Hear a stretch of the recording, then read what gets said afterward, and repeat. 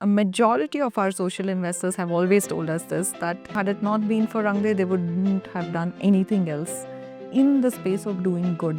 The money actually comes back and they can reinvest that in more individuals, and that for them is a return. Anybody who can lend 100 rupees can actually be a social investor, and that can be a young college goer who is investing from his or her pocket money to somebody who is a philanthropist and can, wants to invest 50 lakhs through the platform.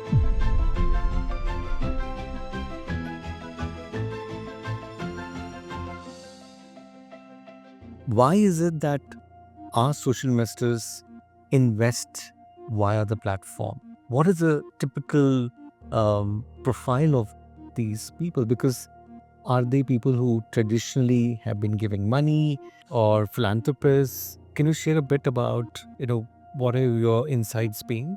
Very interesting insights actually, and this is an exercise that we have done so many times at Rangde, when we've actually tried to ask people, why do you even invest in Rangde, and if it wasn't for Rangde, what would you actually do? And a majority of our social investors have always told us this, that had it not been for Rangde, they wouldn't have done anything else in the space of doing good.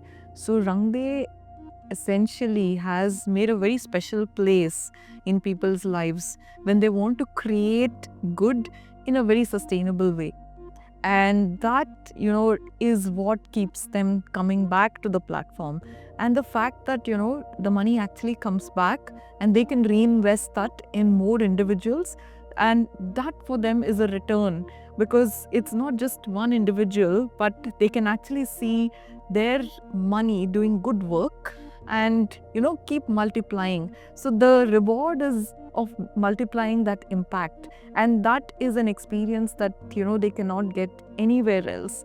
And there is no persona of a social investor, because anybody who can lend 100 rupees can actually be a social investor, right? And that can be a young college goer who is investing from his or her pocket money to somebody who is a philanthropist and can wants to invest 50 lakhs through the platform. So the underlying thread is, do I care about this fellow Indian, and do I want to create a level playing field for this person? And whoever cherishes this thought, they can be a social investor. So it's so difficult to answer that question on who is your typical persona of a social investor, right? So we've seen Soumya, who's like, Soumya Vishwanath, who's a student and who's been investing with Rangde for so many years. And we've also seen Dinesh Goyal, who is, a seasoned investor who also invests in social investor. And that is the underlying thread that connects both of them.